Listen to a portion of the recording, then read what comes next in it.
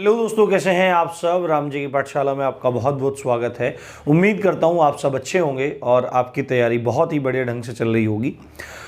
दोस्तों अभी कल रात ही एक और नोटिस आया है यूपी पुलिस भर्ती बोर्ड की साइट पर, जो यूपी पुलिस कांस्टेबल के संबंध में है।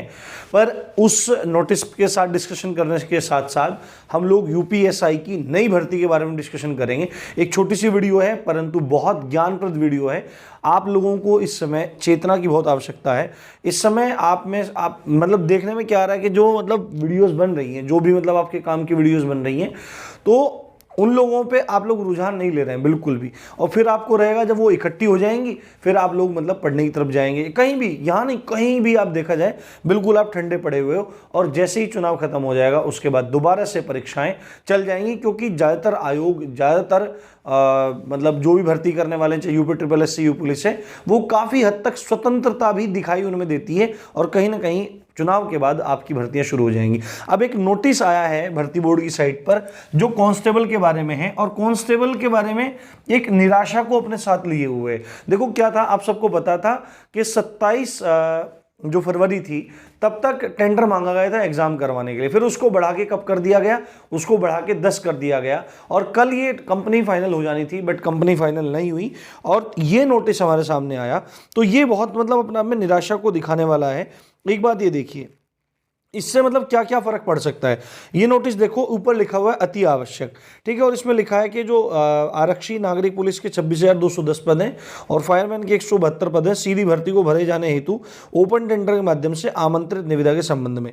तो इसमें कुल मिला के ये आप दूसरा पॉइंट देखो, इसमें अब जो तारीख पहले 10 ये फरवरी रखी गई थी, 27 जनवरी, माफ़ी चाहता हूँ, उधर 27 जनवरी थी, तो जो 10 फरवरी रखी गई थी वो तारीख अब इन लोगों ने बढ़ाकर कितनी कर दी है, इन लोगों ने बढ़ा के कर दी है 18 फरवरी। यानी कि 18 फरवरी, यानी कि अभी तक ये लोग कंपनी को ही डिसाइड नहीं कर पा रहे। अब मेरी समझ में नहीं आ रहा है ऐसा क्यों हो रहा है। अब से पहले तो ऑफलाइन एग्जाम कराने के लिए कोई भी कंपनी का चयन नहीं होता था। ऑनलाइन एग्जाम कराने के लिए, एसआई का एग्जाम कराने के लिए कंपनी का चयन होता था। तो अब पता नहीं अब तक ऐसा क्यों हो रहा है, मतलब समझ में नहीं आ रहा है अब क्या मतलब इसमें हो रही है, क्या दिक्कत हो रही है। अब 18 तो हो रही है, हो सकता है फिर और आगे बढ़ जाए। और इससे जो फर्क पड़ेगा वो दो चीज़ों पर पड़ेगा। एक तो बच्चों के मनोबल पे फर्क पड़ेगा कि भर्ती लेट होती जा रही है, ठीक है, अभी जल्दी दिखने के आसार नहीं है। और सबसे ज़्यादा टेंशन में बच्चे हैं आयु सीमा में, ठीक है, सबसे ज़्यादा बच्चे टेंशन में हैं आयु सीमा में, क्योंकि इन्होंने जो पहले इस भर्ती की बात की थी उसमें भर्ती 2021 लिखा था। और बहुत हद तक ये चांस बन रहे थे कि भाई ये जो आयु गणना करेंगे वो आयु गणना 2021 के अकॉर्डिंग ये लोग करेंगे। बट जैसे जैसे अब समय बढ़ता जा रहा है तो अब ये लगने लगा है कि ये जो आयु गणना करेंगे वो जुलाई 2022 से करेंगे, जुलाई 2022 से करेंगे। या फिर मतलब अब आप में से बहुत सारे बच्चे आयु के लिए परेशान है, एज के लिए परेशान है। मुझे आपने कहा भाई देखो, आप लोगों ने कहा मैंने 3 वीडियो बनाई थी आयु के एज रिलैक्सेशन के लिए और ट्विटर कैंपेन भी घोषित किया था, पर आप में से कोई साथ नहीं आया। और आप में साथ नहीं आया तो भाई मैं भी अब कुछ नहीं कर सकता हूं। अभी आगे कुछ माहौल बनेगा, अभी थोड़ा सा भर्ती आने पे या भर्ती से पहले तो तब देखा जाएगा, फिर कुछ ना कुछ किया जाएगा। परंतु मैंने करके देख लिया है, अब आप लोग साथ नहीं आते तो मैं क्या कर सकता हूं। तो अब इसमें इंपॉर्टेंट बात यह है कि आयु सीमा, तो आयु सीमा जुलाई 2022 से काउंट होने के चांसेस हैं और बहुत सारे बच्चे इसमें बाहर हो जाएंगे। अब पॉसिबिलिटी ये थी कि भाई वैकेंसी निकल आती तो हो सकता है ये थोड़ा पिछले साल से काउंट कर लेते, या थोड़ी कह सुन के चीज़ें हो जाती तो जिस समय भर्ती निकली है उसी समय से काउंट कर लेते।